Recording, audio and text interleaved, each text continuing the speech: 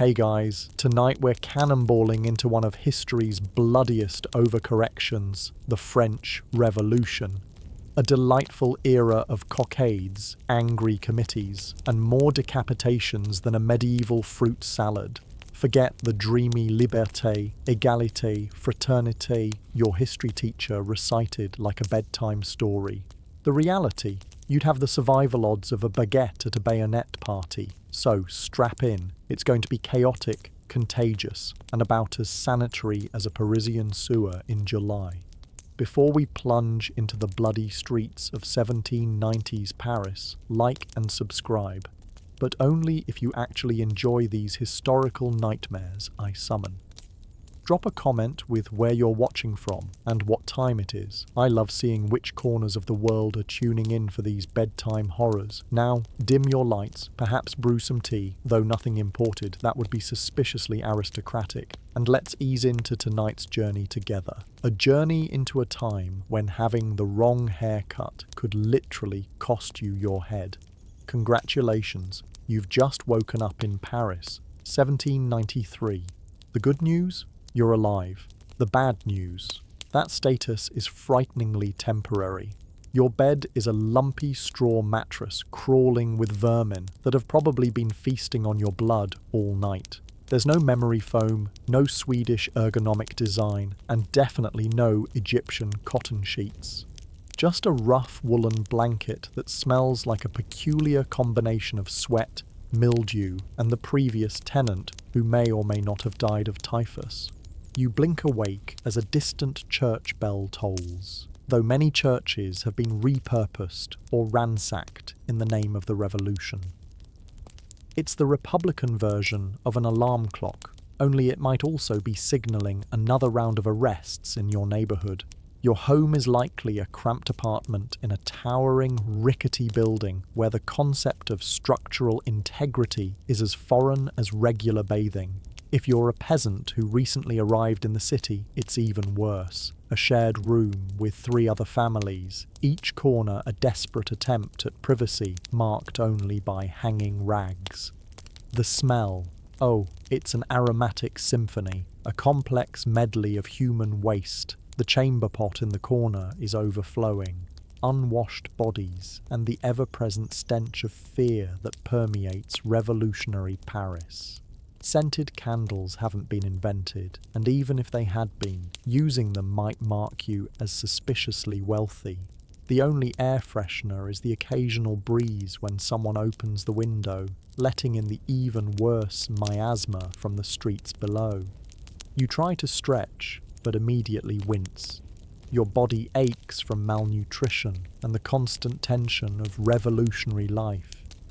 You're 25 years old, which in revolutionary terms means you've already outlived many of your contemporaries. Your joints creak like the tumbrils that carry the condemned to the guillotine each day. Your back feels like it's been trampled by an entire regiment of the National Guard. Getting out of bed is a calculated risk.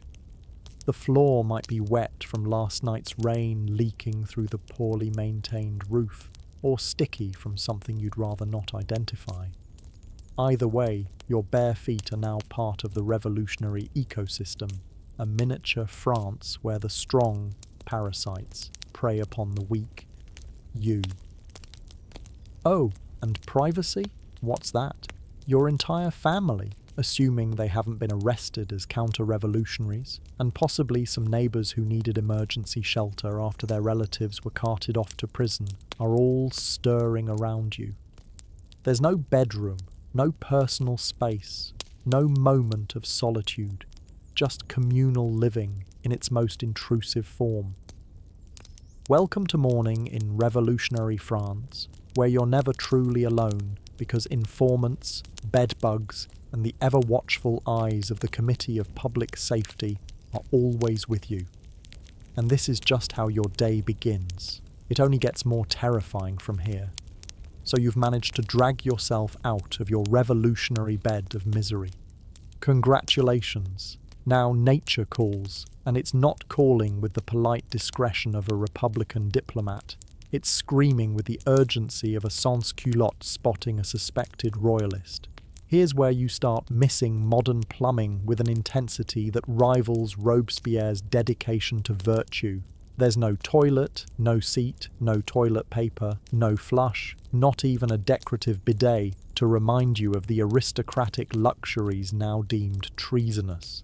In 1793 Paris, relieving yourself is an adventure, a health hazard, and often a public spectacle, all rolled into one malodorous experience. If you're a common citizen, your bathroom is likely a chamber pot, a glorified bucket that sits ominously in the corner of your single-room dwelling. It's already half full because Citizen Dupont had a rough night after eating questionable meat from a butcher suspected of price gouging. The smell is revolutionary. It overthrows all other sensory experiences. You hold your breath, do your business, and then comes the truly democratic part. You get to empty it yourself. In revolutionary Paris, waste management is less about sanitation and more about trajectory. You'll shout something like "Garde à l'eau" before launching the contents from your window. That's supposedly a warning for pedestrians below, though by the time they hear it, they're already experiencing an unwanted shower of yesterday's digested patriotism. The streets of Paris are essentially open sewers, a flowing river of human waste, animal droppings, and mysterious liquids that would make even the most hardened revolutionary gag. If you're lucky enough to live in a building with communal latrines, congratulations. You get to squat shoulder to shoulder with your fellow citizens in a spirit of equality that extends to shared smells and communicable diseases. You might exchange revolutionary pleasantries, but try not to breathe too deeply. The miasma is thick enough to be considered a counter-revolutionary plot. Toilet paper? Never heard of it. Most people wipe with whatever's available: rags, straw, cabbage leaves, or if they're feeling particularly bourgeois, a scrap of yesterday's newspaper, though be careful. Using paper with the wrong political messaging could be seen as seditious. Sometimes nothing at all, which might explain why handshakes have been replaced with more distant Republican salutes.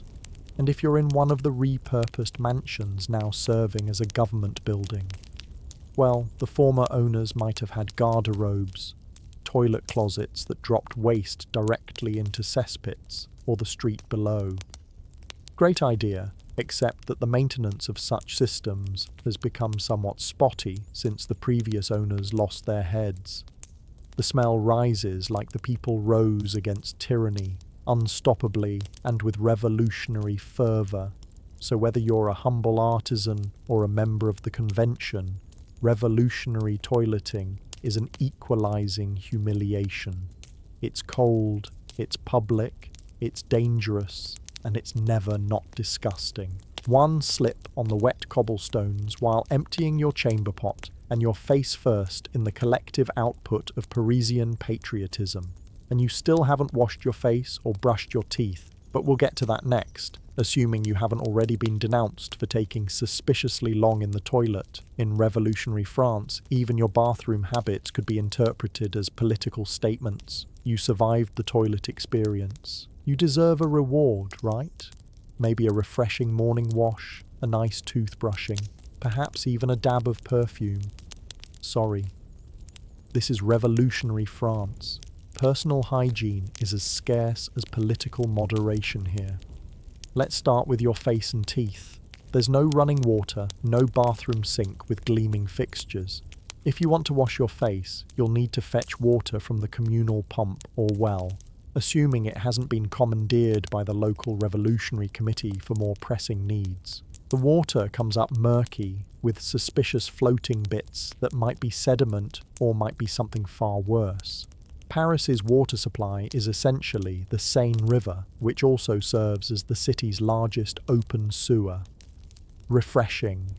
You splash this questionable liquid on your face, perhaps using a bit of harsh lye soap if you can afford it. Most can't. So they simply rinse with water and wipe with a communal rag that's been used by every member of the household and hasn't been washed since the Bastille fell. Your face isn't so much clean as it is slightly less filthy. Now for your teeth. There's no toothbrush, no minty paste, no whitening strips. The concept of oral hygiene in revolutionary France is about as developed as the concept of fair trials. Some people might rub their teeth with a rag, others with salt or charcoal if they can spare it.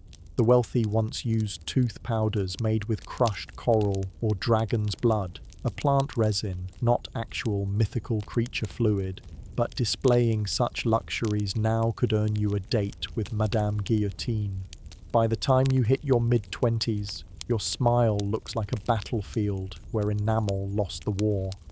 Cavities are rampant, gums are swollen and bleeding, and those aren't just food stains on your teeth. That's decay advancing like Austrian troops on the French border. The pain is constant, a dull throbbing punctuated by sharp stabs whenever you eat anything too hot, too cold, or too solid, which is most food. Toothaches? Get used to them.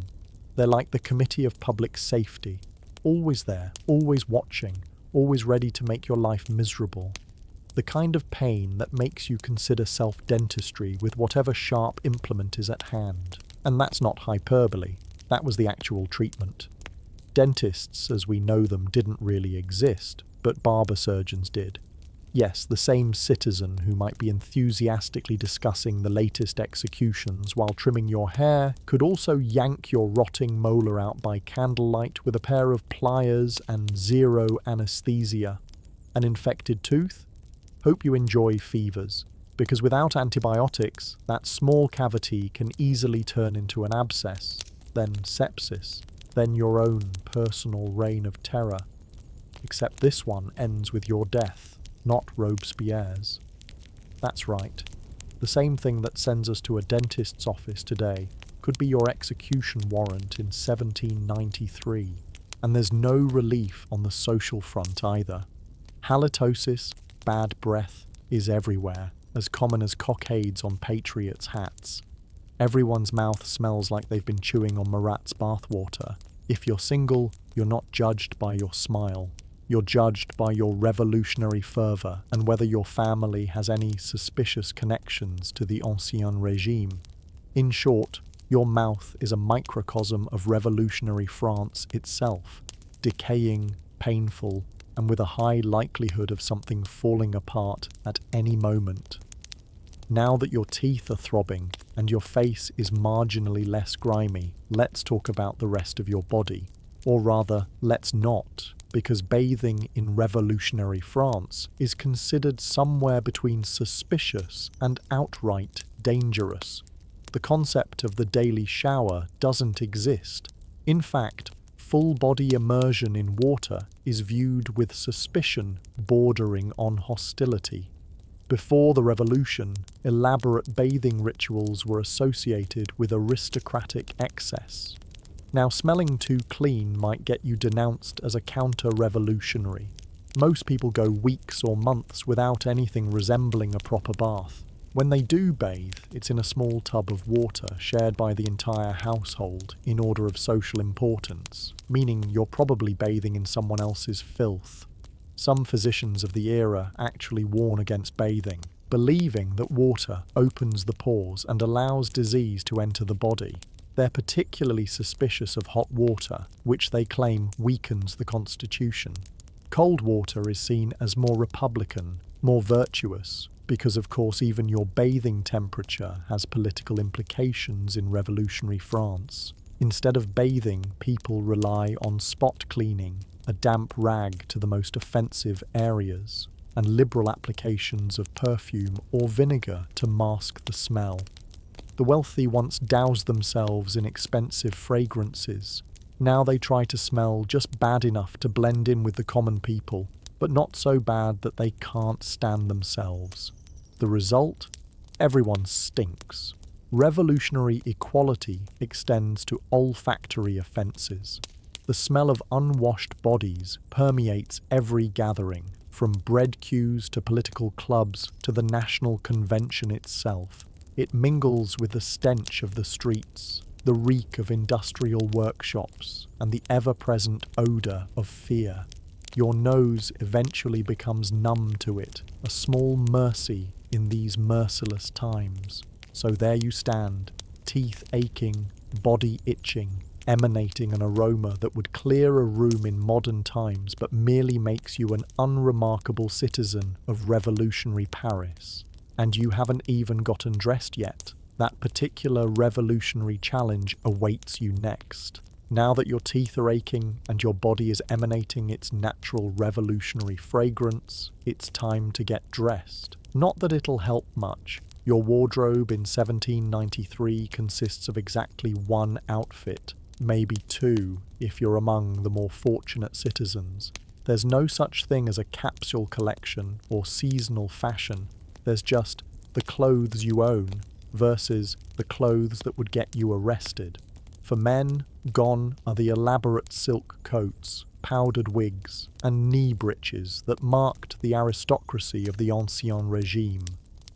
Those are not just unfashionable now, they're potentially deadly. The new revolutionary style demands simplicity, long trousers, hence sans culottes, or without breeches, a plain shirt, perhaps a carmagnole jacket, and most importantly, a red liberty cap, the bonnet rouge that marks you as a patriot. Forget to wear your cockade, the revolutionary tricolour badge, and you might as well write your own death warrant. Women's fashion has undergone its own revolution. The elaborate court dresses with panniers that once made doorways a navigational challenge have disappeared along with their wearers' heads. Now it's all about simple cotton dresses, perhaps with a tricolour sash or ribbon. The more austere, the better. Looking too put together might suggest you care more about appearance than the Republic, and that's a dangerous suggestion indeed. Your clothes are made of rough wool or linen, scratchy against your unwashed skin.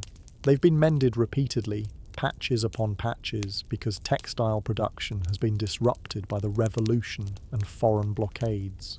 New fabric is expensive and hard to come by. Your shoes, if you're lucky enough to have them, are simple wooden sabots or leather that's cracked and worn thin. Many citizens simply go barefoot, their souls hardened like the revolutionary spirit. There's no washing machine, no gentle cycle, no fabric softener. Laundry is a brutal affair involving lye, beating clothes on rocks, and hoping the stains come out before the fabric gives way entirely. Most people wash their clothes rarely, if at all. The smell of old sweat, wood smoke, and whatever you spilled on yourself last week has become part of the fabric itself. And don't get me started on underwear. For most, it's optional at best. Linen shifts or nothing at all beneath those revolutionary garments. Changing clothes daily, that's aristocratic decadence. You wear the same outfit until it can practically stand on its own, a citizen in its own right. All this means one thing. Your skin hates you. You itch constantly. Fleas, lice, and bedbugs consider your body and clothes their patriotic duty to colonize. Everyone has them. Zealous revolutionaries, moderate Girondins, even members of the Committee of Public Safety are scratching discreetly during important meetings. No one escapes the democratic distribution of parasites.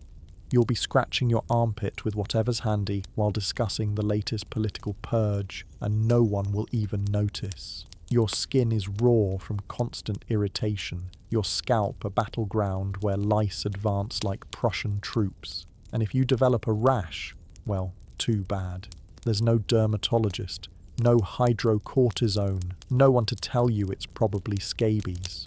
You just keep suffering, like a good revolutionary should.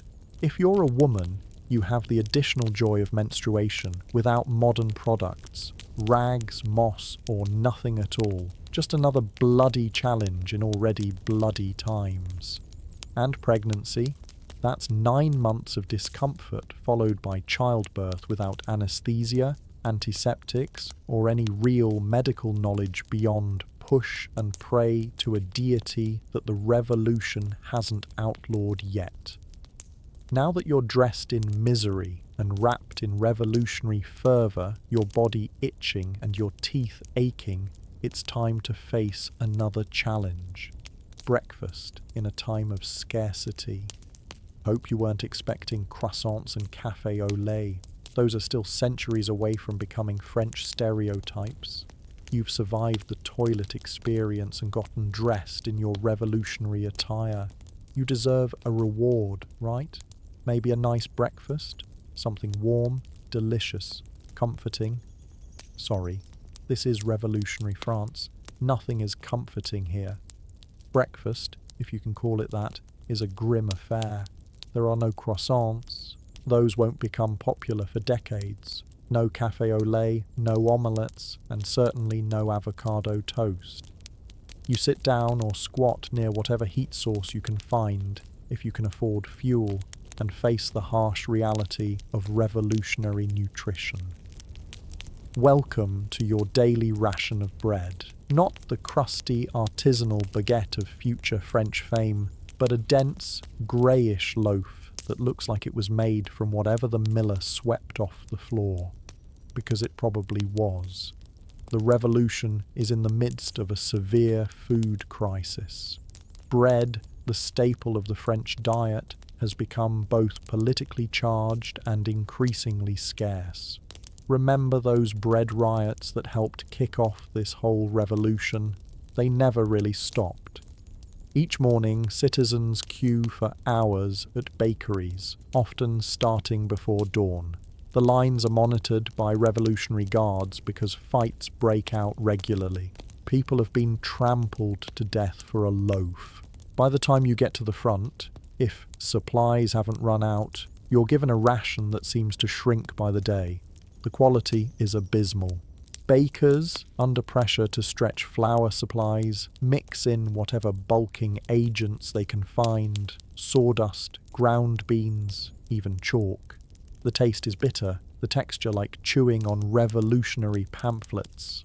But you eat it because the alternative is nothing at all. What about drinks? You're not sipping coffee or tea. Those are expensive imports, increasingly hard to find due to British naval blockades. You're drinking thin beer or watered wine if you're lucky. More likely, it's water from the Seine, teeming with whatever Paris has dumped into it. No one's happy about it, but at least it won't kill you immediately. Want some meat or cheese to go with your sad bread? Dream on. That's for special occasions, if at all. Most Parisians don't eat meat more than once a week, if that. The wealthy used to feast daily on multiple courses. Now they hide any signs of abundance. Being caught with too much food could get you denounced as a hoarder, an enemy of the people who's depriving good patriots of sustenance. As for fresh fruit and vegetables, they're seasonal at best, rotten at worst. In winter, you're living on whatever root vegetables haven't spoiled in storage. Turnips, carrots, and potatoes if you're fortunate.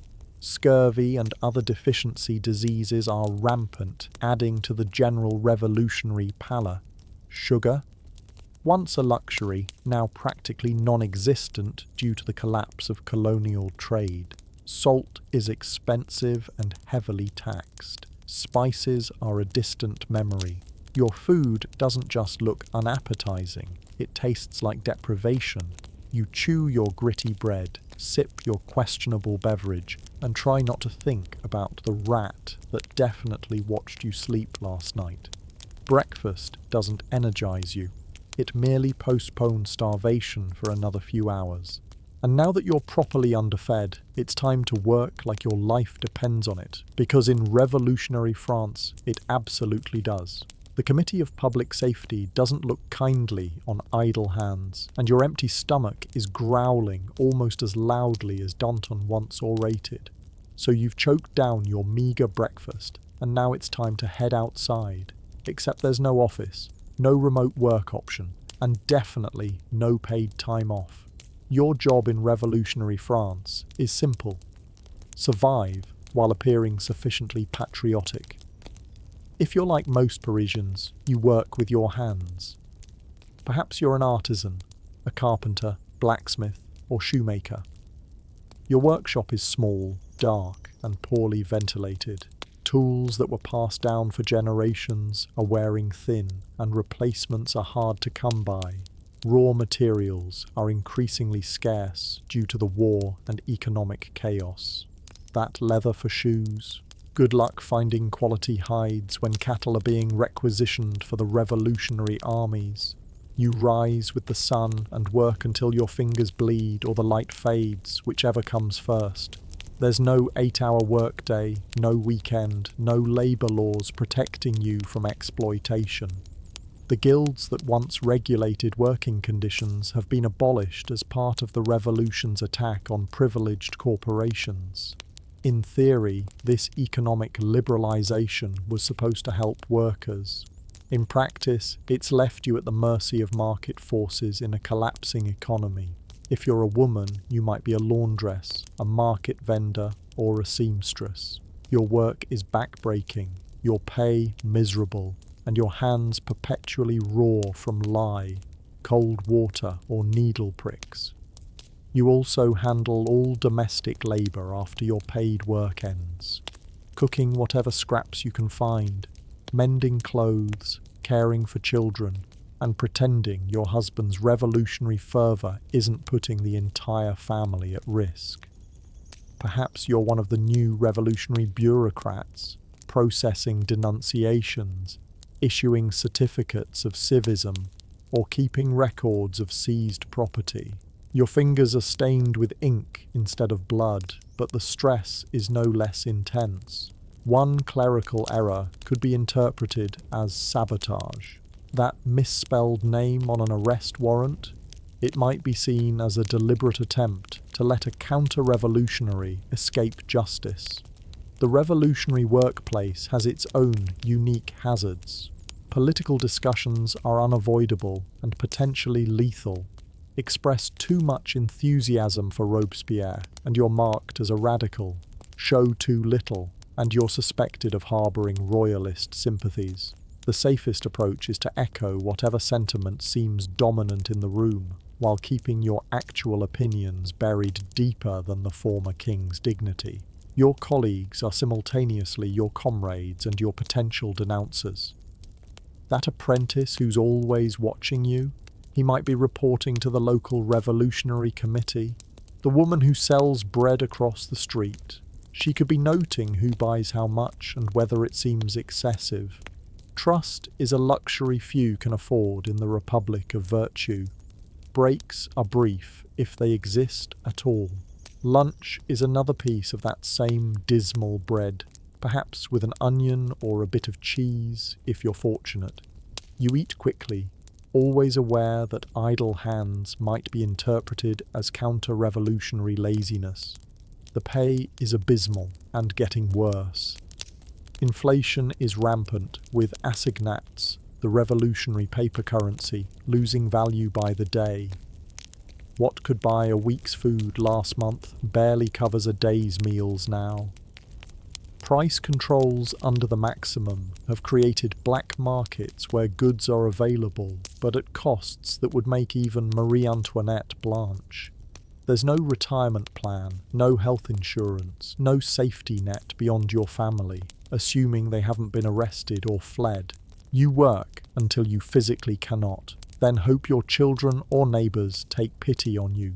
Many elderly simply die of exposure or starvation when they can no longer labour productively for the Republic. And if you're unemployed, the Committee of Public Safety has a special interest in you. Joblessness is viewed with deep suspicion. Surely only an enemy of the revolution would refuse to contribute to the national effort.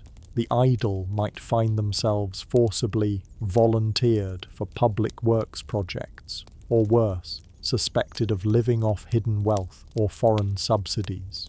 So you grip your tools, ignore your blisters, and keep working. Because in revolutionary France, your job isn't a career.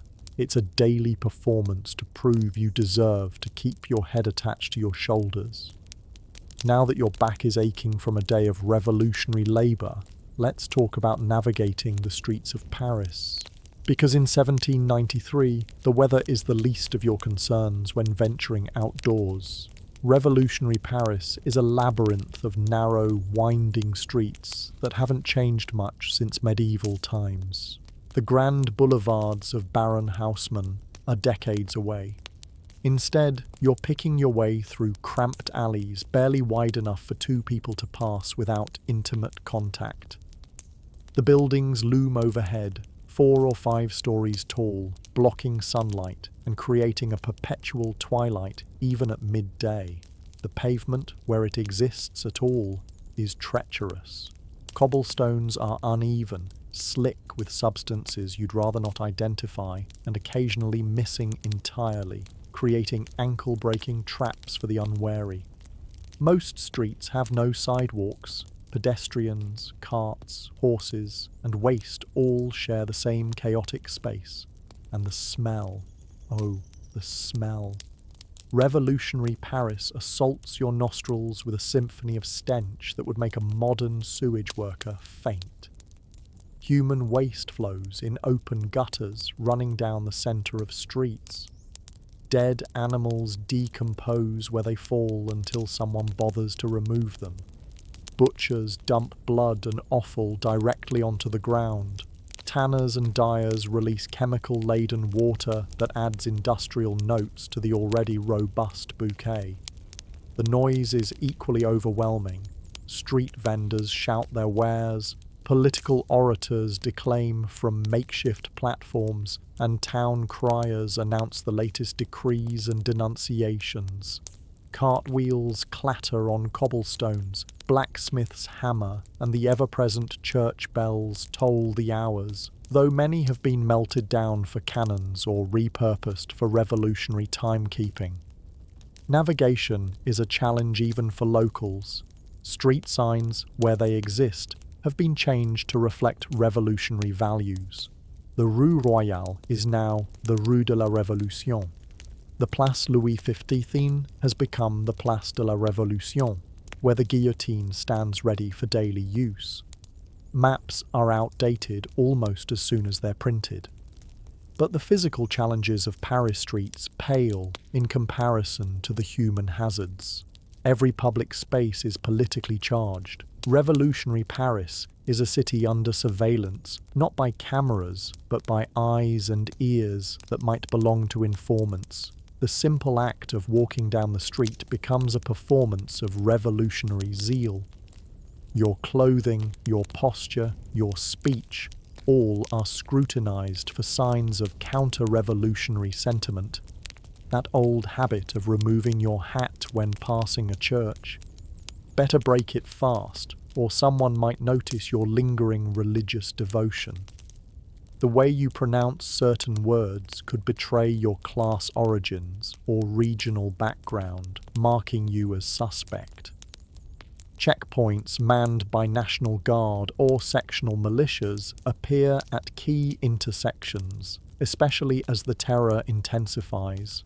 They demand to see your papers, your carte de civisme proving you're a citizen in good standing, your certificate of employment showing you're contributing to the Republic, perhaps a letter from your local revolutionary committee vouching for your patriotism. If your papers aren't in order, or if the guard simply doesn't like your face, you might be detained on the spot.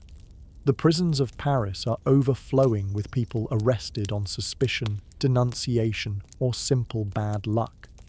The crowds themselves can be dangerous. Food shortages lead to regular riots outside bakeries and markets. Political tensions erupt into street fights between factions. Public executions draw thousands of spectators, creating a volatile mix of bloodlust, political fervour, and pickpocketing opportunities.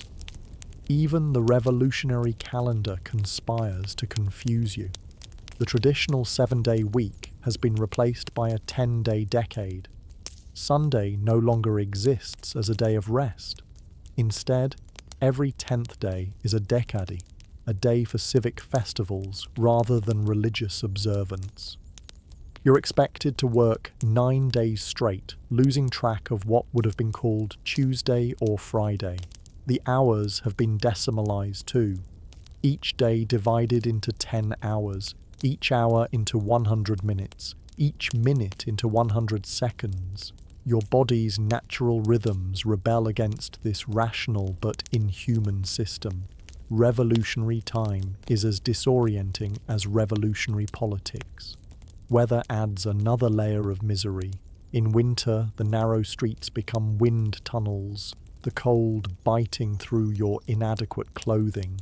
Snow turns to slush, then freezes into treacherous ice. No one clears the walkways. That's not a revolutionary priority. Summer brings sweltering heat, trapped by stone buildings, the stench of the city rising to new heights as waste ferments in the sun. Rain is perhaps the worst. The inadequate drainage turns streets into flowing rivers of filth. Your wooden shoes or leather boots, if you're lucky enough to have them, offer little protection. You arrive at your destination with soaked feet, mud-splattered clothing, and the knowledge that you'll have to make the same journey in reverse later. So you pick your way carefully through the revolutionary obstacle course that is Paris, eyes down to avoid the physical hazards, yet alert enough to spot political dangers approaching. You mumble revolutionary slogans when passing groups of sans-culottes, adjust your tricolour cockade to ensure it's prominently displayed, and pray to a deity you're no longer supposed to believe in that you'll make it home without being denounced, robbed, or drenched in the contents of a chamber pot thrown from above. Welcome to outdoor life in revolutionary Paris, where the elements are harsh, but human nature has become harsher still. You've navigated the treacherous streets of Paris, but now comes perhaps the most dangerous aspect of revolutionary life: social interactions.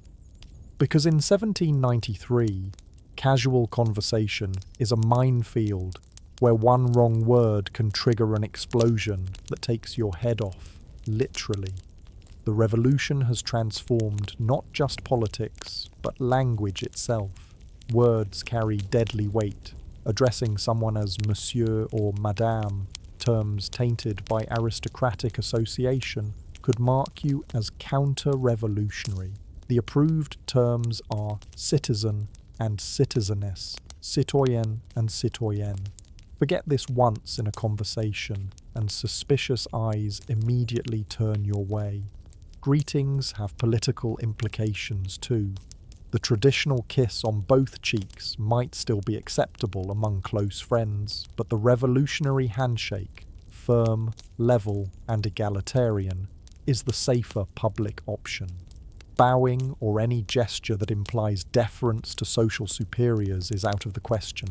Physical expressions of respect have been revolutionized along with everything else.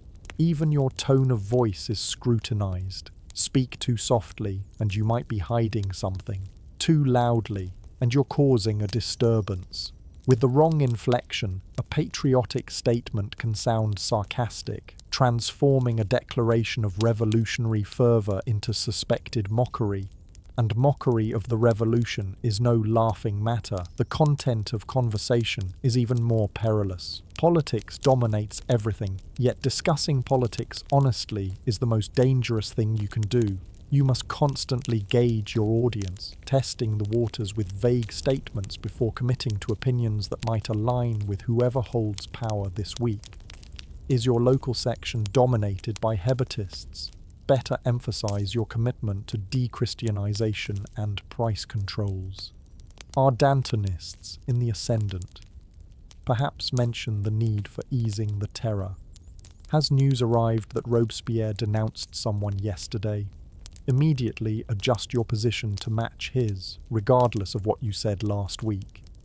The safest approach is to speak in revolutionary cliches, peppering your conversation with phrases like enemies of the people, virtuous republic, and supreme being without ever quite saying anything specific.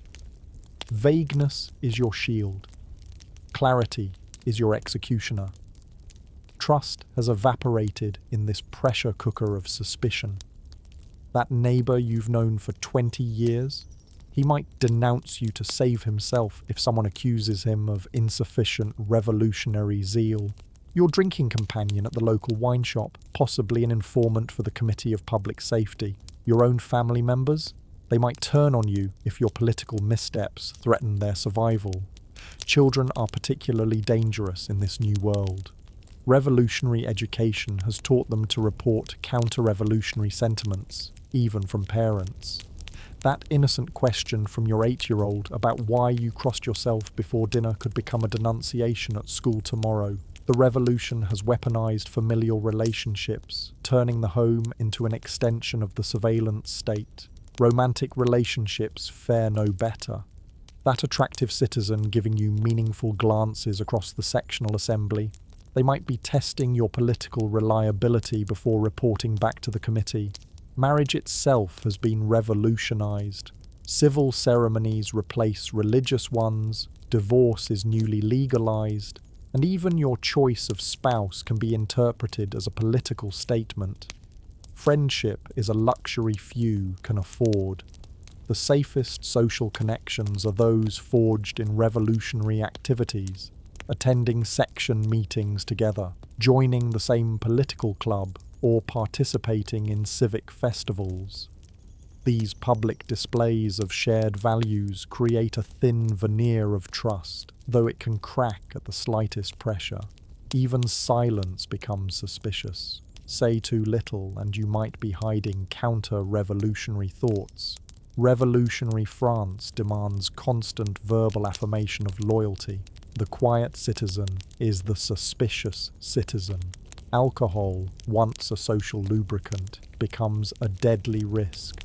Loose lips from too much wine have sent countless citizens to the guillotine. A drunken toast to the old days, a slurred criticism of the latest bread ration, or simply forgetting to use revolutionary language while intoxicated, all can be fatal mistakes.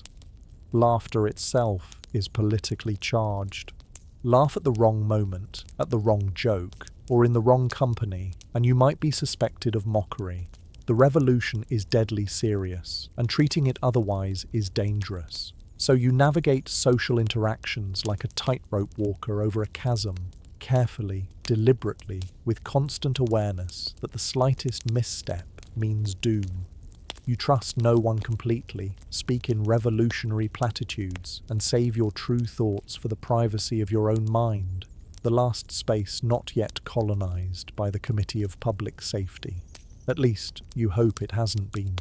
Because in revolutionary France, even thinking counter-revolutionary thoughts feels dangerous, as if Robespierre himself might somehow peer into your mind and find it lacking in virtue. Let's talk about the revolutionary justice system, a phrase that contains perhaps the greatest oxymoron of the 1790s.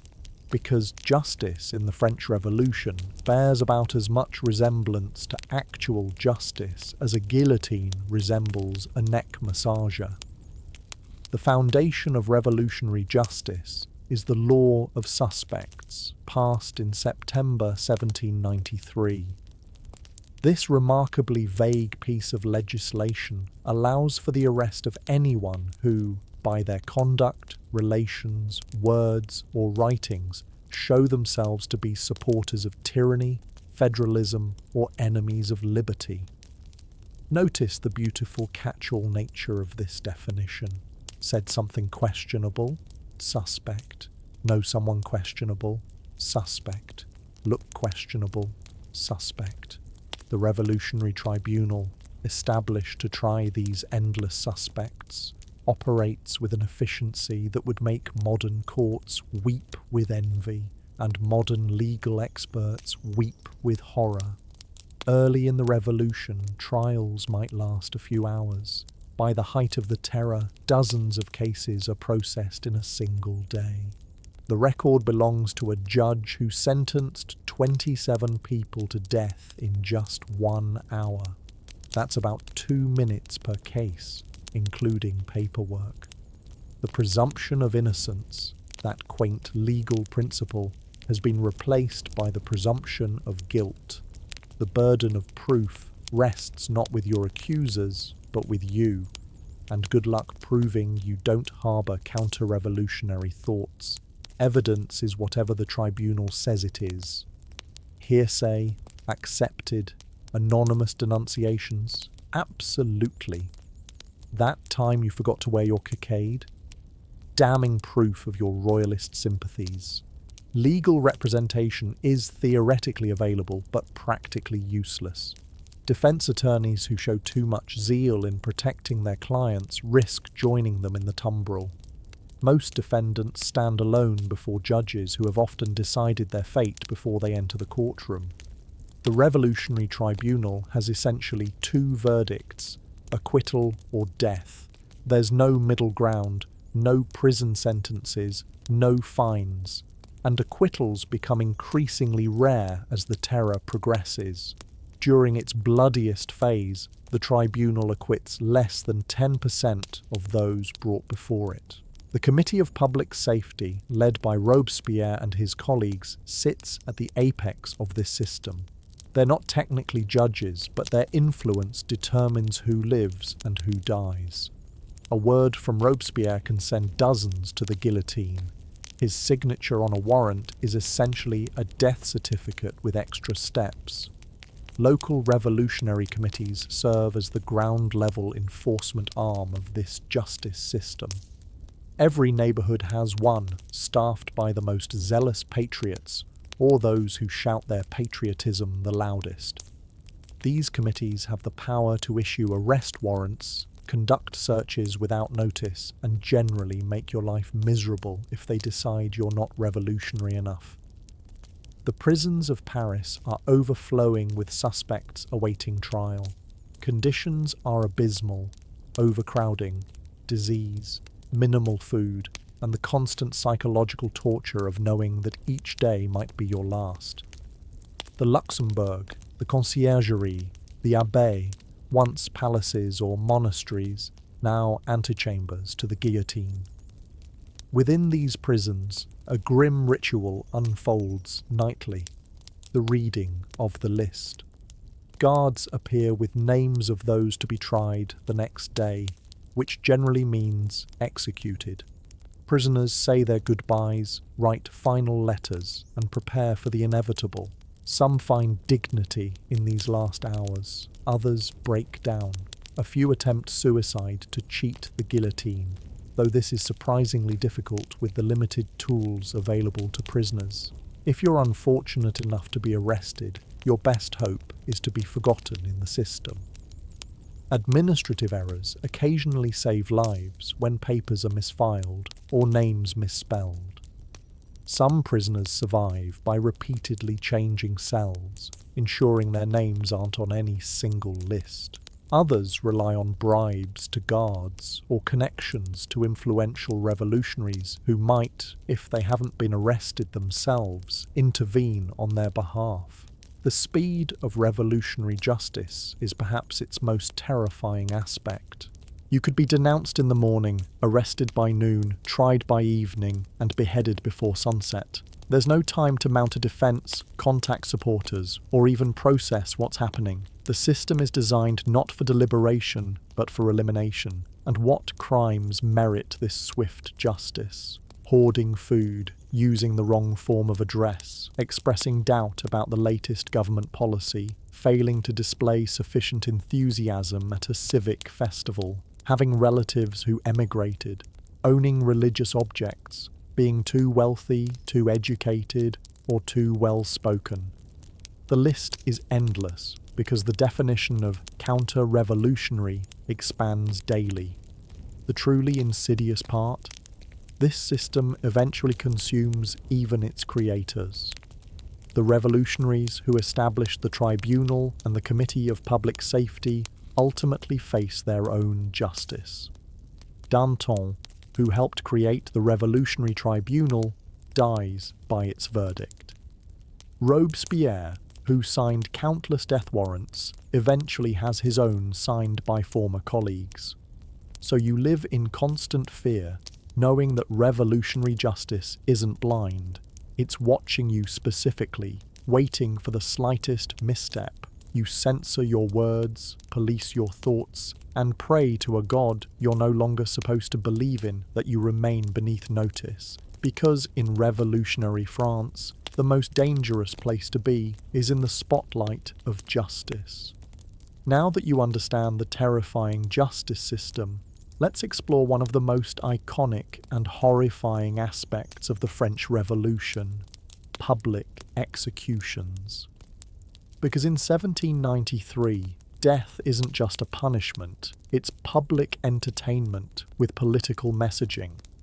The guillotine stands in the Place de la Révolution, formerly Place Louis XV, later Place de la Concorde, a massive wooden structure painted blood red. It's not hidden away in some prison courtyard, but prominently displayed in one of Paris's largest public squares.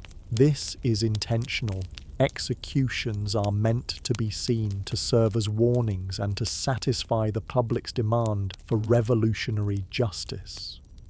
The machine itself is a marvel of efficient killing.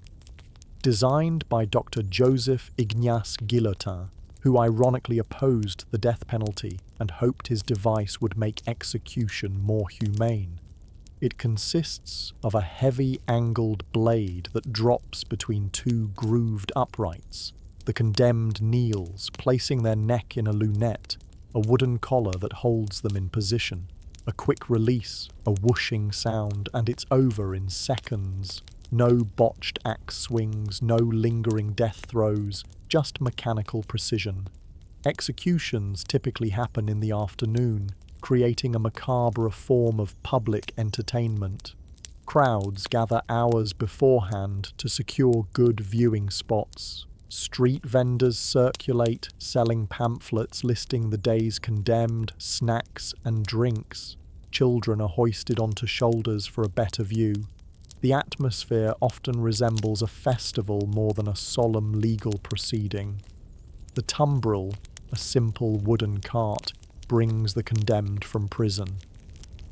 The journey can take an hour or more through Paris streets, with crowds lining the route. Some spectators jeer and throw refuse. Others watch in silent horror.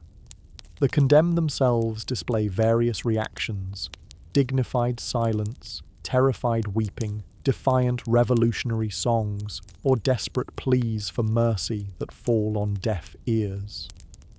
Once at the scaffold, things move with assembly line efficiency. Executioners, Sanson and his assistants, have refined their process to handle dozens of executions per day. The condemned is roughly helped from the cart, led up the steps, positioned and dispatched in under a minute. The head falls into a basket while the body is dumped into a waiting cart. The next victim is already being prepared as blood is hastily wiped from the machine. The crowd's reaction varies. Early in the terror, each falling blade was met with cheers and cries of "Vive la République!"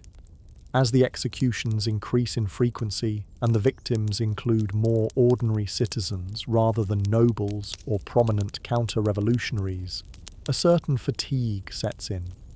Some spectators become connoisseurs, critiquing the condemned's final moments. This one died bravely, that one shamefully begged. Women are particularly visible in these crowds. The tricoteuses, knitting women, have become revolutionary icons, sitting beside the guillotine, calmly knitting while heads fall. Though partly mythologized by later accounts, these women represent the domestication of revolutionary violence, making it part of everyday life. The heads themselves become objects of fascination. Executioners sometimes hold them up for the crowd's inspection, a tradition dating back centuries but now given revolutionary significance. Urban legends spread about heads that blink, heads that try to speak, heads that react when their names are called. Scientists debate how long consciousness might remain after decapitation, adding a macabre intellectual dimension to the spectacle. Blood is everywhere, spattering the executioners, pooling on the scaffold, occasionally spraying nearby spectators who don't step back quickly enough. The smell is horrific, a metallic tang that hangs in the air and clings to clothing. By the end of a busy day, the square reeks of death, the ground soggy with blood despite sawdust scattered to absorb it. The bodies receive no dignity in death. Stripped of valuable clothing, they're tossed into mass graves on the city outskirts, often with quicklime to hasten decomposition. Families have no right to claim their loved ones' remains. The revolutionary state owns even their corpses. As the terror progresses, the executions increase in frequency. What began as occasional events become daily occurrences, then multiple times daily. The record is set in June 1794, when 149 people are executed in a single day. The guillotine barely stopping from dawn to dusk, the executioners working in shifts to prevent exhaustion. For modern people, perhaps the most incomprehensible aspect is the normalization of this violence. Parisians adjust their daily routines around execution schedules. Apartments with views of the guillotine command higher rents. People discuss the day's beheadings over dinner as casually as we might discuss a sporting event. And here's where you, modern person, would fail spectacularly. Your 21st century sensibilities, your belief in due process, your physical reaction to extreme violence, all would mark you as suspiciously soft, dangerously humanitarian, potentially counter-revolutionary. Your inability to cheer as heads fall would be noted. Your green face and queasy stomach would be remembered. Your instinctive flinch at the sound of the blade would be reported. In revolutionary France, even your reactions to death are political statements, and making the wrong statement could ensure your own appointment with Madame Guillotine sooner than you think. After witnessing the horrors of revolutionary justice and public executions, let's explore how you might spend your evening hours in 1793 Paris, assuming you've managed to avoid arrest so far, because even leisure time in revolutionary France is fraught with political danger. The traditional entertainments of pre-revolutionary Paris have been transformed or abolished. The elegant salons where intellectuals once gathered to discuss philosophy and the arts have largely disappeared. Their aristocratic hosts either executed, imprisoned, or fled abroad. In their place, a new revolutionary culture has emerged, one where every form of entertainment must demonstrate proper republican values. The theatres remain open, though their repertoire has been completely overhauled. Gone are the frivolous comedies and royal tragedies of the Ancien Régime. Now, stages across Paris present earnest republican dramas with titles like The Last Judgment of Kings or The People's Awakening. These performances are less entertainment and more political education, with subtle moral complexity replaced by heavy-handed patriotic messaging. Attending the theatre is itself a political act. Your reactions are scrutinized by fellow audience members, applaud too enthusiastically at the wrong moment, and you might be suspected of counter-revolutionary irony. Fail to applaud vigorously enough during patriotic speeches, and you could be denounced as lacking revolutionary fervour. Even your seating choice matters. The former boxes reserved for aristocrats are now occupied by revolutionary officials watching both the stage and the audience. Perhaps you'd prefer music. The grand concerts of the royal court are gone, replaced by open-air performances of revolutionary anthems.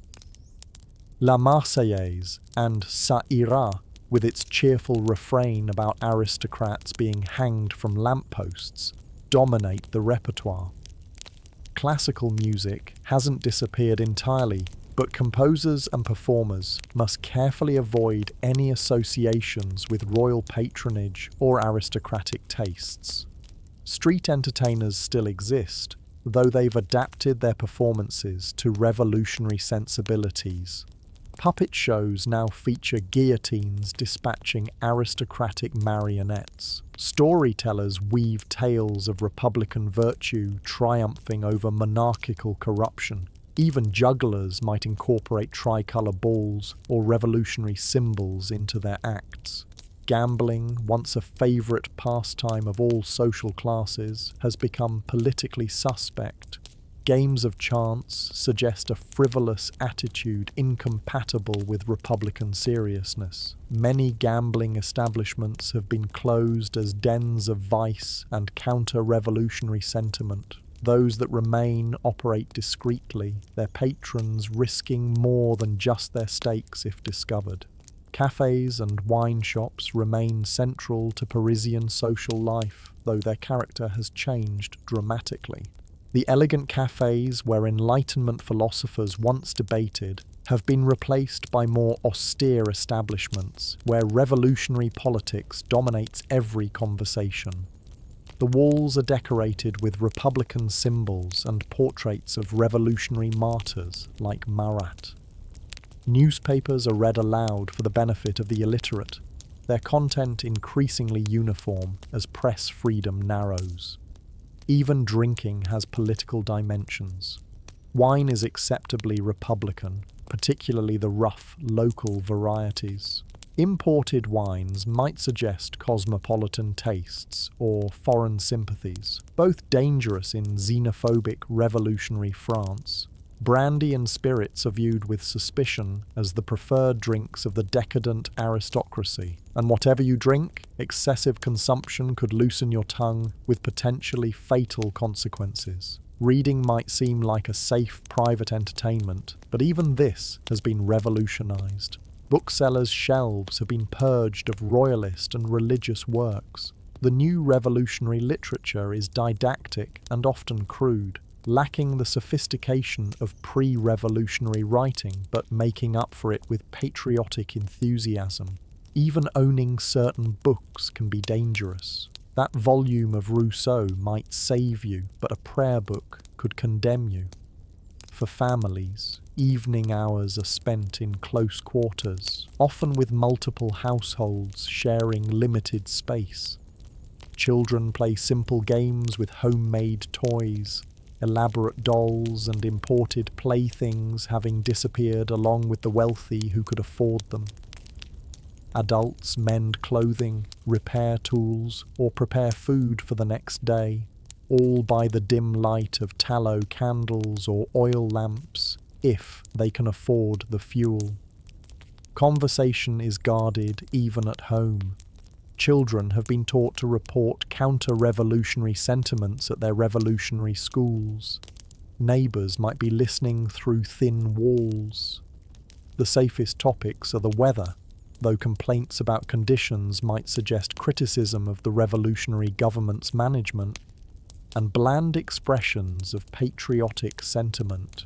Sexual activity continues, of course. Revolutionary fervour hasn't dampened basic human desires, but even intimacy is affected by the political climate. Pregnancy brings new anxieties about bringing children into an uncertain world. Contraception is primitive and unreliable, and the stress of revolutionary life affects performance and desire. It's hard to feel amorous when you're constantly afraid of denunciation. Sleep, when it finally comes, offers little respite.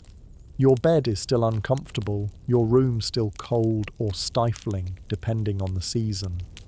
Dreams are troubled by the day's tensions and fears, and there's always the possibility of being woken in the night by a pounding on the door, the dreaded late-night arrest that so many have experienced. The most terrifying aspect of evening leisure in revolutionary Paris isn't what happens, but what doesn't happen: relaxation. True leisure requires a sense of security. a belief that you can temporarily let down your guard.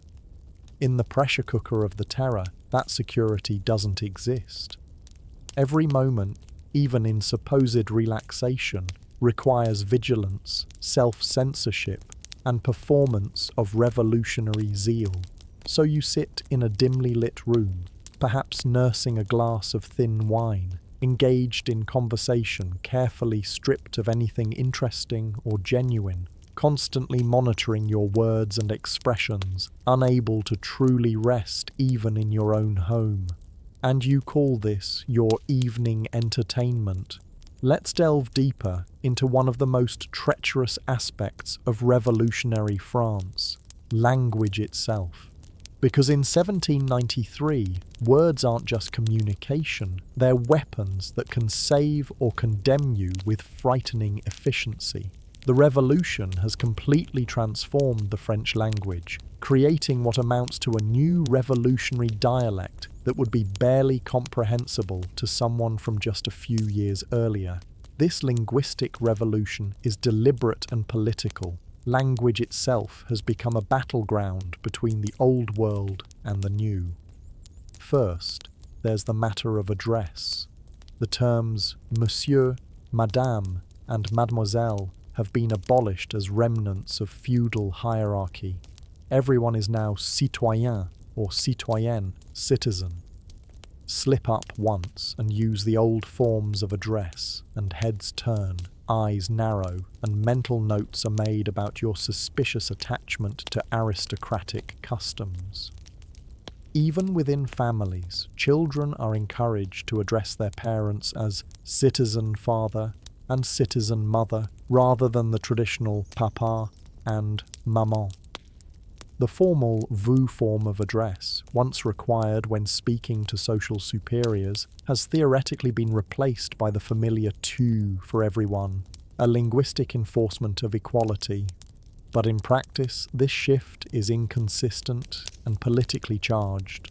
Using vous might mark you as counter-revolutionary, but using tu with the wrong person could be seen as disrespectful or overly familiar. It's a linguistic minefield where every pronoun choice carries political weight. Religious language has been purged from everyday speech. Expressions like adieu, literally to God, are replaced with secular alternatives like salut, health.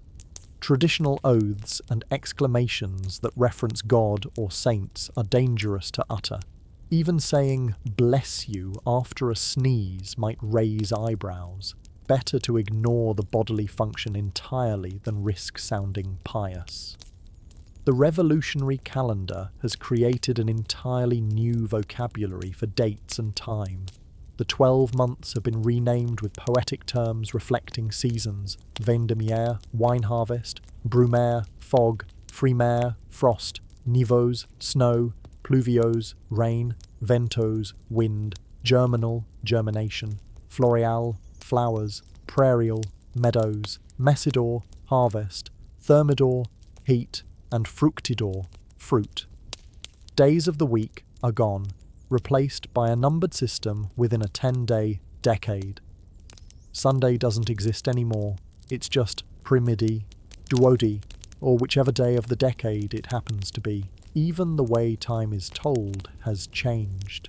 The decimal clock divides the day into 10 hours, each hour into 100 minutes, each minute into 100 seconds.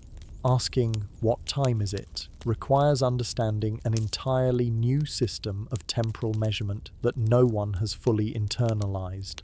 Most people maintain a mental conversion between revolutionary and traditional time, but publicly you'd better refer to the decimal system. Political slogans have become mandatory parts of everyday speech. Letters begin and end with revolutionary phrases. Official documents are dated Year 2 of the Republic, 1 and indivisible. Conversations are peppered with references to liberty, equality, and the sovereignty of the people. Failing to include these verbal signals of allegiance is noted and remembered. A new revolutionary vocabulary has emerged overnight. Words like sans culotte, literally without breeches, meaning common revolutionary, ci-devant, former noble or privileged person, and suspect, potential counter-revolutionary, dominate conversation. Old words have acquired new, politically charged meanings. Fraternity isn't just brotherly love, but a political principle. Virtue has become Robespierre's obsession with political purity rather than personal morality.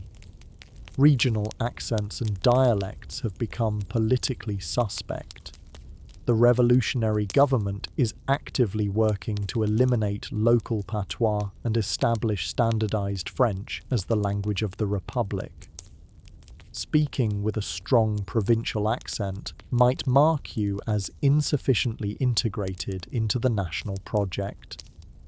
The Committee of Public Safety has actually sent representatives to the provinces specifically to enforce linguistic conformity. Even your tone of voice carries political implications. Speak too softly, and you might be hiding something. Too loudly, and you're causing a disturbance. With too much emotion, and you're hysterical. With too little, and you're suspiciously detached from revolutionary fervour. The ideal revolutionary voice is clear, firm, and unwavering, like the Republic itself. Humour has become particularly dangerous. Jokes about revolutionary policies or figures can be interpreted as counter-revolutionary mockery. Irony and sarcasm are nearly impossible to deploy safely, as any statement might be taken at face value by an informant lacking a sense of nuance. Puns and wordplay, once beloved in French culture, are now potential traps. A double meaning might be seen as hiding subversive content. Written language is even more perilous than spoken. Every letter you write might be intercepted and scrutinized. Correspondence requires careful self-censorship and liberal use of revolutionary phrases. Many people have been arrested based on private letters that expressed insufficient enthusiasm for the latest political developments, or worse, criticism of revolutionary leaders. For you, modern person, suddenly dropped into this linguistic minefield, the challenge would be insurmountable. Your French, if you speak it at all, is centuries removed from revolutionary dialect. Your accent would immediately mark you as foreign. And in xenophobic revolutionary France, foreign often equals suspicious. You wouldn't know which words had become politically charged, which expressions were now forbidden, or how to pepper your speech with the expected revolutionary references. Even if you tried to remain silent to avoid linguistic mistakes, that silence itself would be suspicious. Revolutionary France demands constant verbal affirmation of loyalty. The quiet citizen is the suspect citizen. You would be expected to participate in political discussions, sing revolutionary songs, and chant approved slogans, all in a language that has been transformed into something you barely recognize. Your inevitable linguistic missteps would quickly mark you as an outsider at best, a counter-revolutionary at worst. And in the Republic of Virtue, such mistakes are paid for in blood. So mind your tongue, citizen, if you can figure out how to use it properly at all.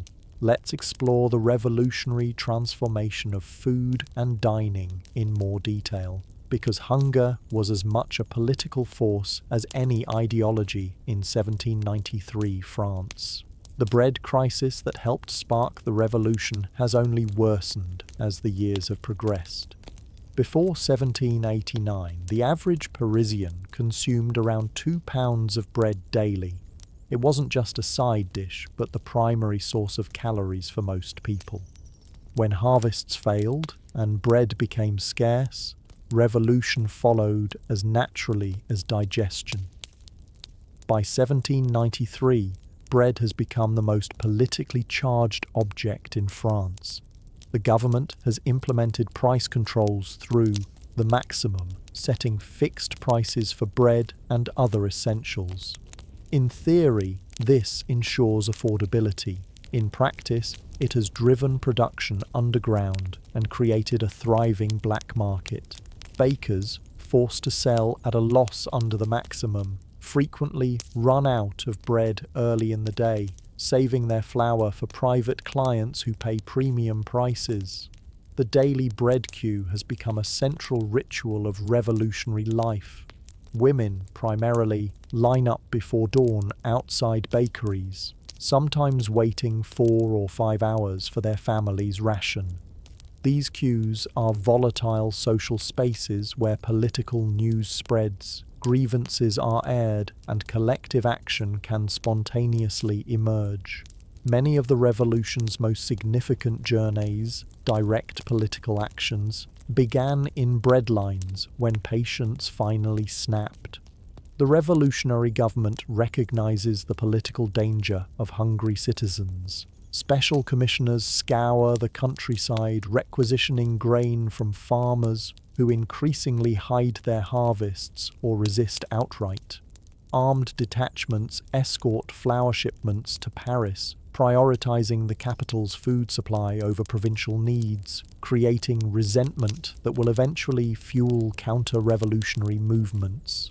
The quality of bread has plummeted along with quantity.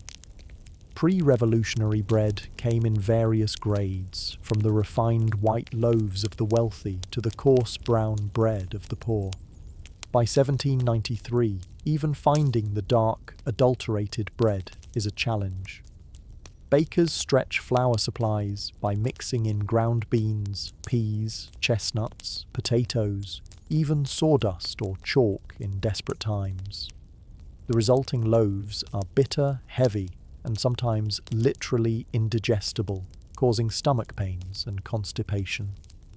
Beyond bread, the entire food system has been disrupted. The revolutionary market economy, combined with wartime pressures and the collapse of aristocratic households that once employed thousands of food producers, has created unprecedented scarcity. Foods once taken for granted have disappeared or become luxury items. Meat consumption has plummeted. Before the revolution, Parisians ate meat regularly, if not abundantly. By 1793, most citizens are effectively vegetarian by necessity, not choice. Butcher shops display scrawny cuts from elderly draft animals rather than properly raised livestock.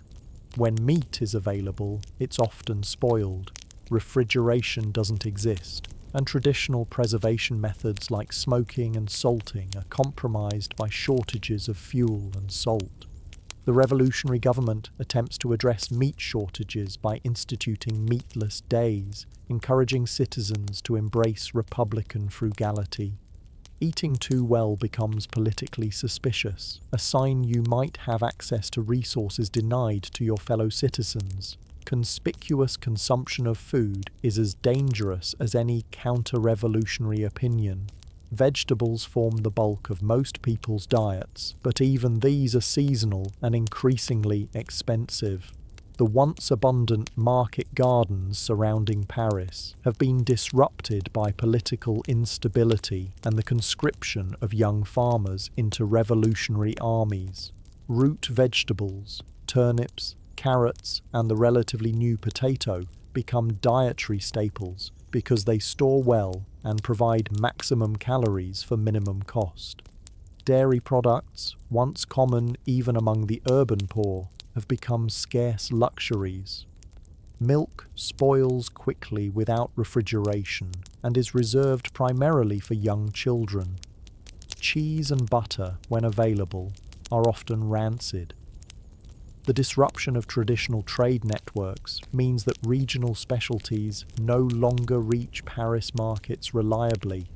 Sugar has practically vanished from ordinary people's lives. Once a growing habit among even middle-class French, sugar consumption has collapsed due to the British naval blockade and the slave uprisings in Saint-Domingue, Haiti, France's primary sugar colony. What little sugar reaches Paris goes to the wealthy or is reserved for medicinal purposes. People adapt by rediscovering honey as a sweetener, though even this is increasingly scarce.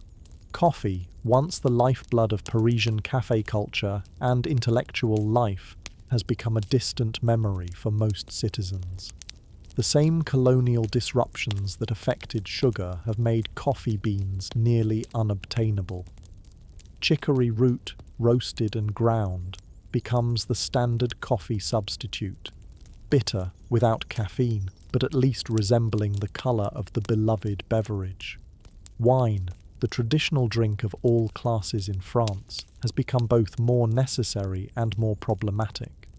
Water remains unsafe to drink, making fermented beverages essential for hydration.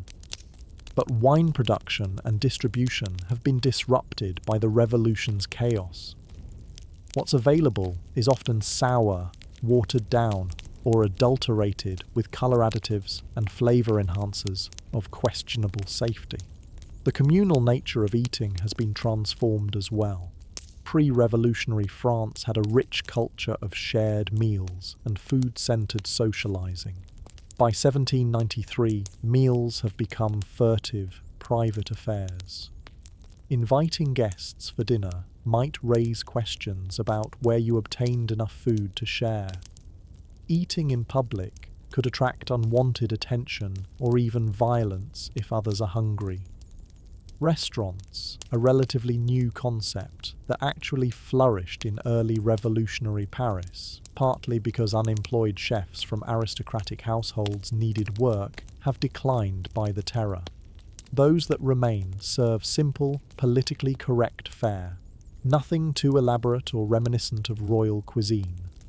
Menus feature renamed dishes, no more Queen's Soup or King's Delight, replaced by Liberty Broth or Patriot Stew. For children, the food situation is particularly dire. Growth stunting and malnutrition are rampant. Revolutionary schools attempt to implement feeding programs, but resources are limited. Many children simply learn to live with constant hunger, their developing bodies and minds permanently affected by nutritional deficiencies. The elderly, already vulnerable in the best of times, suffer tremendously from food scarcity. Without modern pension systems or consistent family support, many younger relatives having been conscripted or displaced. Older citizens often slowly starve. Their deaths from natural causes mask the reality of a society that can no longer feed its most vulnerable members. Food preparation itself has changed dramatically. Fuel shortages make cooking a luxury. Many families eat cold meals or quickly warmed porridge rather than properly cooked food.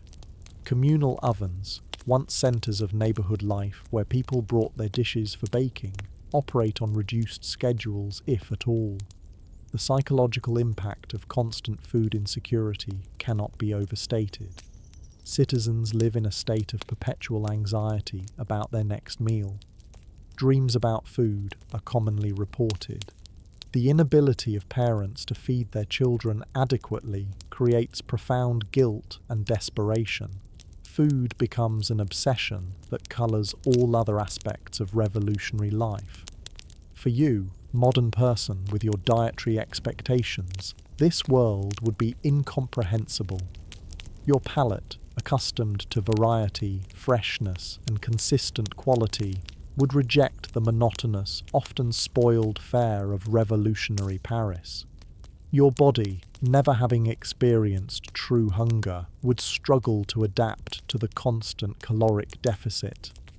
And your modern notions about food as pleasure rather than mere survival would mark you as frivolous and possibly counter-revolutionary. So as you choke down your bitter bread and thin cabbage soup, remember to look appropriately grateful. In revolutionary France, complaining about food isn't just impolite, it's potentially treasonous. Bon appétit, citizen.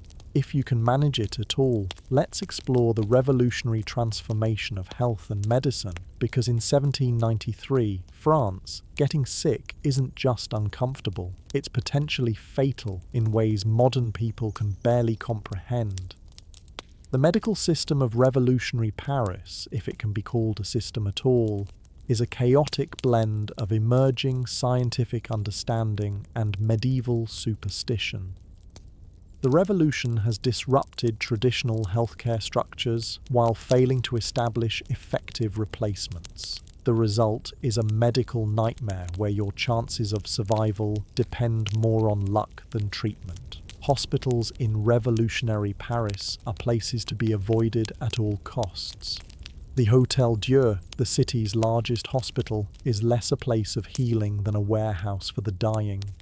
Patients are packed 3 or 4 to a bed, regardless of their conditions. A person admitted with a broken leg might share sheets with someone suffering from typhoid fever, tuberculosis, or smallpox. Cross-contamination isn't just common, it's practically guaranteed. The concept of germ theory is still decades away.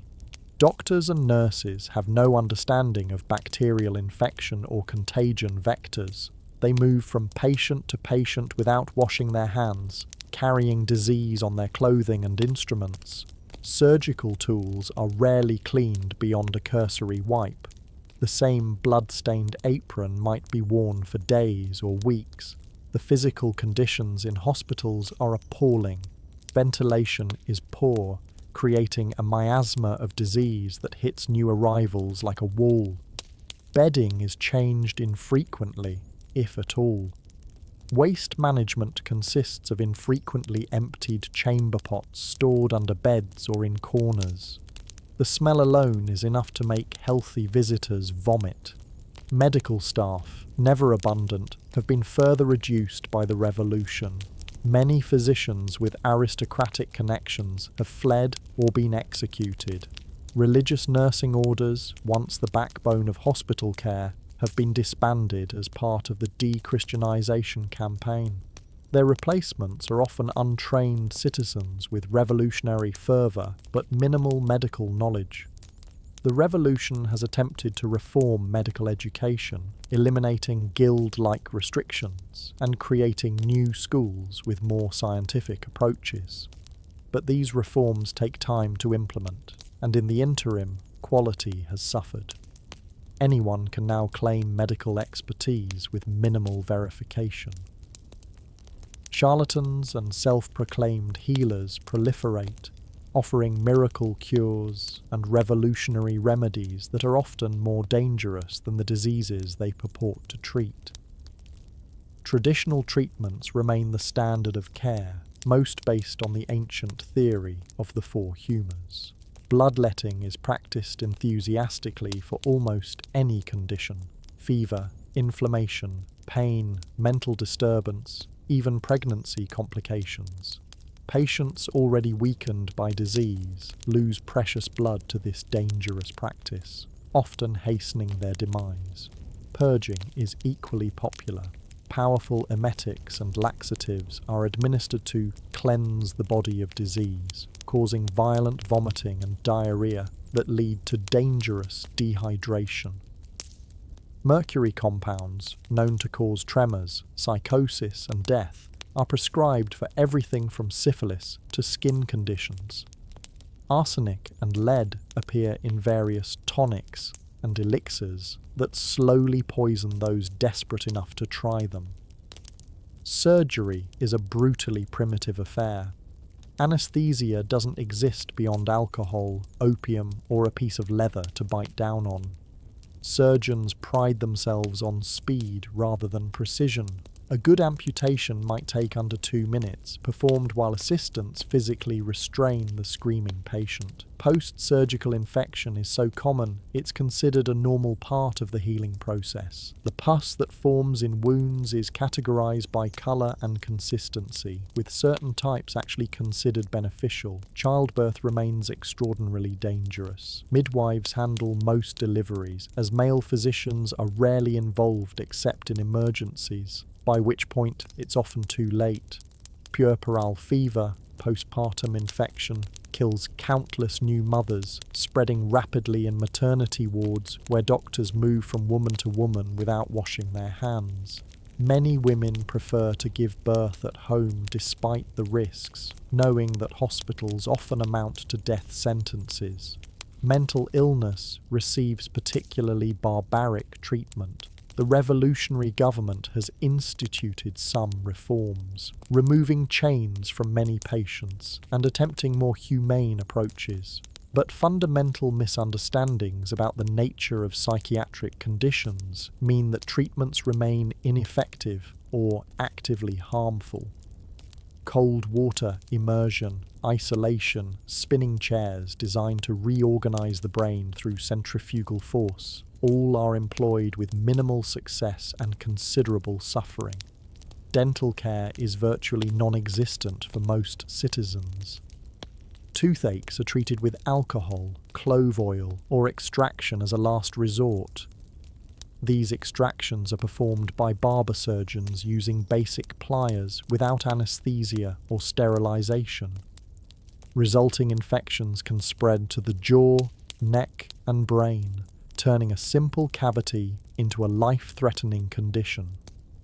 The revolutionary government attempts to address public health through various decrees, but implementation is spotty at best.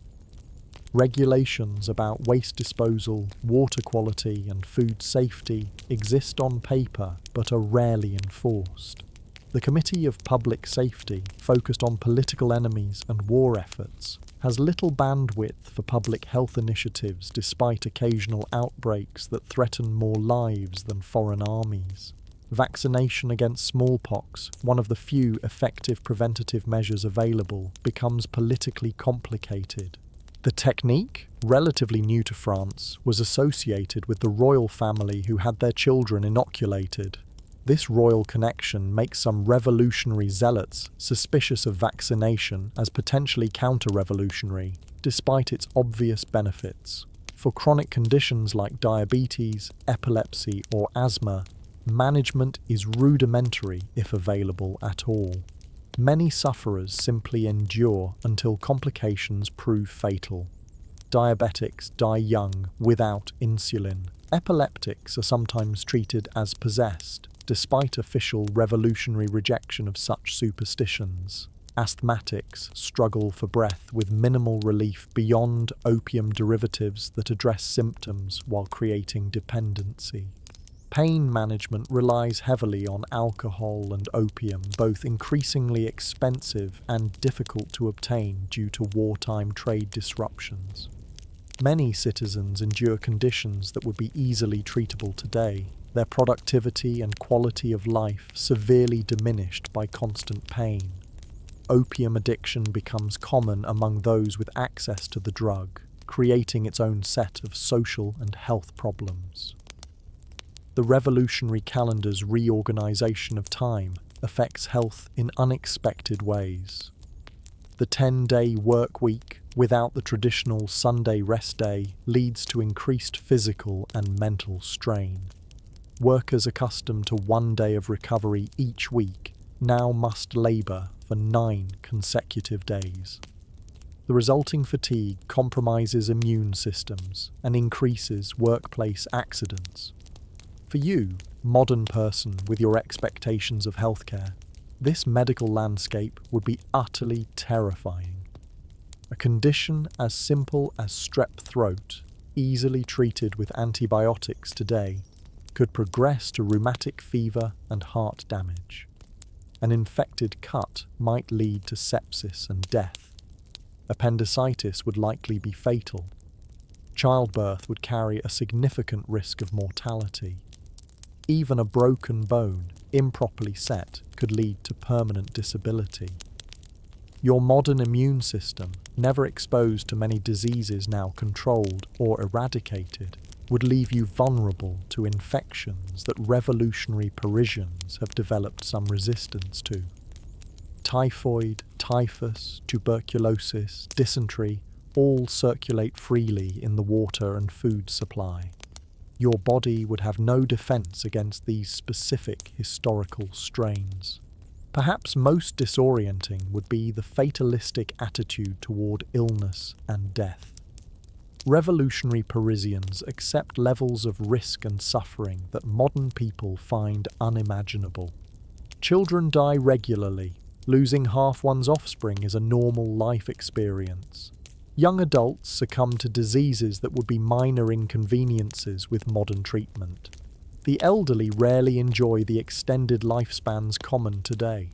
So as you feel that first tickle in your throat or notice that small cut becoming warm and red, remember that in revolutionary France, there's often a fine line between being under the weather and under the ground. Vive la médecine révolutionnaire, if you can survive it. Let's explore the revolutionary transformation of childhood and family life, because in 1793, France, even the most intimate family relationships have become political battlegrounds. The family, once considered a private domain separate from public affairs, has been thoroughly revolutionized. The traditional patriarchal structure, reinforced by centuries of monarchy, the king as father to his people, religious teaching and custom, is now viewed with suspicion. Revolutionary ideology promotes a new vision of the family as a miniature republic, where children are raised primarily as citizens of the state rather than as members of a private unit. Children in revolutionary Paris experience a radically different upbringing than their parents did just a few years earlier. The revolution has fundamentally reimagined childhood, viewing children not as extensions of their families, but as future citizens who belong first to the Republic. This shift has profound implications for daily life, education, and family dynamics. Education has been completely transformed. The religious schools that once dominated French education have been closed, their property confiscated, their teaching orders disbanded or driven underground. In their place, the revolutionary government has established a system of republican schools designed to inculcate revolutionary values. Attendance is theoretically compulsory, though implementation remains spotty during the chaotic terror period. In these new schools, children learn a curriculum centered on revolutionary principles. They memorize the Declaration of the Rights of Man and Citizen instead of prayers. They study republican morality rather than religious catechism. They learn revolutionary songs celebrating the fall of tyranny and the triumph of liberty. Portraits of revolutionary martyrs like Marat replace religious icons on classroom walls. The revolutionary calendar disrupts traditional childhood rhythms. Religious holidays that once punctuated the year, Christmas, Easter, Saints' Days, have been abolished, replaced by revolutionary festivals celebrating abstract concepts like reason, liberty, and the supreme being. Children are expected to participate enthusiastically in these civic ceremonies, often performing choreographed dances or reciting patriotic poems. Even playtime has been revolutionized. Traditional games with monarchical or religious themes are discouraged. Toys depicting kings, queens, or religious figures disappear from shops, replaced by miniature guillotines, yes, really, liberty caps, and dolls dressed as sans-culottes. Children play at revolutionary tribunal, condemning their dolls or friends to imaginary execution for counter-revolutionary crimes. The relationship between parents and children has been fundamentally altered. Revolutionary ideology encourages children to view themselves as citizens first, family members second. They are taught to report counter-revolutionary sentiments expressed at home, creating an atmosphere of surveillance within the family itself. A child's innocent question about why the family still keeps a religious image hidden away could lead to a parent's arrest. Parents find themselves in an impossible position. They are legally responsible for raising patriotic republican children, yet any misstep in this duty could be interpreted as counter-revolutionary. Expressing the wrong political opinion at home Maintaining old religious practices, or even showing excessive parental authority, could be reported by children who have been taught that loyalty to the Republic supersedes family bonds. The revolution has also changed legal relationships within families. New divorce laws have made marriage more easily dissoluble, creating instability for children. Inheritance laws have been reformed to mandate equal division among all children rather than primogeniture, weakening traditional family economic structures. Parental authority, once nearly absolute under the Ancien Regime, has been curtailed by the state's increasing role in children's lives. For adolescents, the revolution offers both new opportunities and new dangers. Young men as young as 14 are encouraged to join revolutionary organizations like the Young Citizens, or to enlist in the rapidly expanding armies defending the Republic against foreign invasion. Young women find traditional paths to adulthood, primarily marriage and motherhood, disrupted by revolutionary turmoil, though few new options have emerged to replace them. The physical environment of childhood has deteriorated during the terror.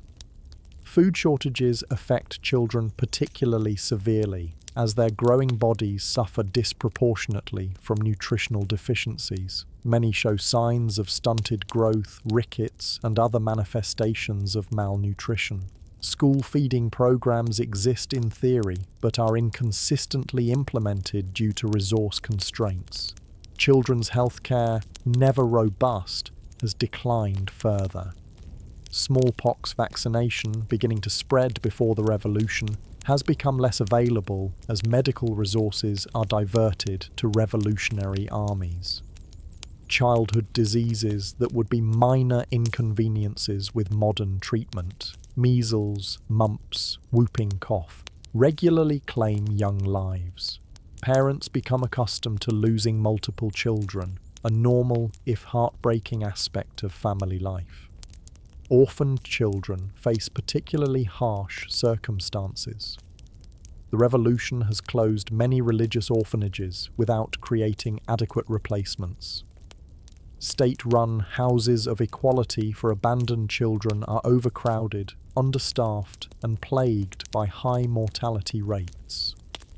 Many orphans simply live on the streets, forming gangs for mutual protection and engaging in petty crime to survive. The psychological impact on children is profound. They witness extreme violence as a normal part of daily life. Public executions are considered appropriate civic education rather than traumatic experiences to be shielded from. They absorb the constant anxiety of their parents, the omnipresent political tensions, and the general atmosphere of suspicion. Many develop what modern psychologists would recognize as trauma responses.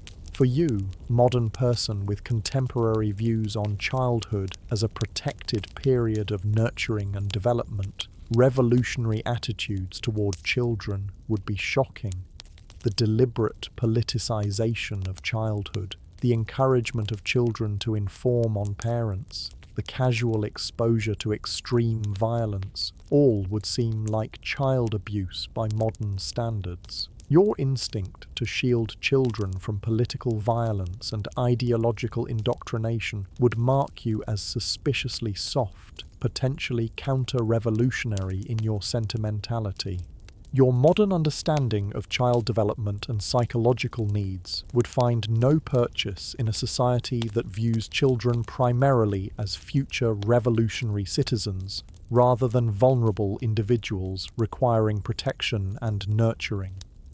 So as you watch children playing at guillotine in the street, singing songs about aristocratic blood watering the fields of liberty, remember that in revolutionary France, even childhood itself has been fundamentally reimagined. The innocence we associate with youth has been sacrificed on the altar of revolutionary purity, creating a generation whose earliest memories are shaped by terror and ideological fervor. Let's conclude our journey through revolutionary France with perhaps the most important question. Why wouldn't you, modern person with your modern sensibilities, last even a single day in this chaotic, violent period? Because beyond the physical hardships, which are considerable, the psychological and cultural differences would doom you almost immediately. First, there's the matter of language. Even if you speak perfect modern French, the revolutionary dialect would be nearly incomprehensible to you. The vocabulary has been revolutionized, with new terms created and old ones repurposed. Common expressions are loaded with political meaning you wouldn't grasp. Your accent, likely influenced by standardized modern French, would immediately mark you as foreign or, worse, aristocratic. One conversation, and you'd be denounced as a suspicious outsider. Then there's your body language and mannerisms. Centuries of evolving social norms have created subtle differences in how you carry yourself, make eye contact, and gesture. Revolutionary Parisians would immediately sense something off about you, a certain confidence or casualness that doesn't fit their world. The way you stand, the distance you keep from others, even how you eat, all would seem alien and therefore suspicious. Your expectations of personal space and privacy would be your undoing. You're accustomed to having your own room, your own bed, moments of solitude. In revolutionary Paris, privacy is both a luxury and a warning sign. Someone seeking to be alone is someone with something to hide. Your instinctive discomfort with constant companionship and surveillance would be obvious to all. Your health would betray you too. Your teeth are too straight, your skin too clear, your body too well nourished by revolutionary standards. You lack the smallpox scars that mark most faces of the era. You stand several inches taller than the average person of 1793, thanks to generations of improved nutrition. You'd literally stand out in any crowd, a dangerous proposition when blending in is survival. Your immune system would be your enemy. Having never been exposed to the particular strains of disease rampant in 18th century Paris, you'd likely fall ill within days. Typhoid, dysentery, tuberculosis, influenza. Your body has no defense against these specific historical variants. Even if you survived, your obvious distress at conditions locals consider normal would mark you as suspiciously delicate. Your psychological makeup is perhaps your greatest liability. You've been raised in a society that values individual rights, personal expression, and questioning authority. The concept of submitting to revolutionary groupthink would be alien to you. Your instinct to ask why, or say, actually I disagree, would emerge at precisely the wrong moment, marking you as a counter-revolutionary faster than you could say, I was just playing devil's advocate. Your moral framework would collapse under revolutionary pressure. You believe in due process, evidence-based judgment, and proportional punishment. You'd be unable to cheer as innocent people are guillotined based on flimsy accusations. Your face would betray your horror at the casual violence of revolutionary justice. That expression alone could send you to the scaffold. Your attention span has been shaped by digital media, short, varied, and constantly shifting. Revolutionary political meetings could last 8, 10, 12 hours of repetitive speeches and procedural minutiae. Your obvious boredom or inability to focus would be interpreted as lack of revolutionary commitment. Your relationship with time itself is fundamentally different. You're accustomed to precise schedules, to knowing the exact hour and minute. Revolutionary time is more fluid, governed by sunlight, church bells, and revolutionary festivals that have replaced the traditional calendar. Your constant awareness of time passing would seem strange, your impatience with delays suspicious. Your expectations of comfort would undo you. You flinch at minor discomforts, a too hard chair, a drafty room, an unpleasant smell. Revolutionary Parisians endure these as normal conditions of existence. Your visible discomfort would mark you as soft, possibly aristocratic in your sensibilities. Your dietary preferences and restrictions would be impossible to maintain and potentially dangerous to express. Vegetarianism, a suspicious eccentricity. Gluten sensitivity, an incomprehensible concept. Food allergies, a sign of weakness or fabricated aristocratic delicacy. You'd either eat what was available, rancid, unfamiliar and unappetizing as it might be, or go hungry. Your knowledge would both help and harm you. You know how the revolution ends, who falls from power, which factions are doomed. This might help you avoid some political pitfalls, but your knowledge of future events might slip out in conversation. Robespierre won't last much longer, marking you as either prophetic or, more likely, part of a conspiracy. Your skills are mismatched to revolutionary needs. You can operate a smartphone, but probably can't milk a cow, mend a wool garment, or load a flintlock musket. Your modern professional specialization, digital marketing, software development, financial analysis, has no application. You're essentially unskilled labor in the revolutionary economy. Your fundamental assumptions about human rights, dignity, and worth are incompatible with revolutionary values. You believe, at some level, that all people deserve basic respect and fair treatment. The revolution operates on the principle that enemies of the people forfeit all rights. Your instinctive revulsion at this would be impossible to hide completely. Most damning of all would be your inability to perform revolutionary fervor convincingly. Revolutionary Paris demands not just compliance, but enthusiasm, not just acceptance, but active participation in the new order. Your performance would ring false because the revolutionary worldview is fundamentally alien to your modern sensibilities. So there you have it. Why you, with your modern body, mind, expectations and values, wouldn't last a day in the French Revolution. You'd be physically ill-equipped, psychologically unprepared, and culturally incapable of navigating this historical moment. Your head would be in the basket before the sun set on your first revolutionary day. As we end our journey through this bloody chapter of history, take a moment to appreciate the comfort and security of your modern existence.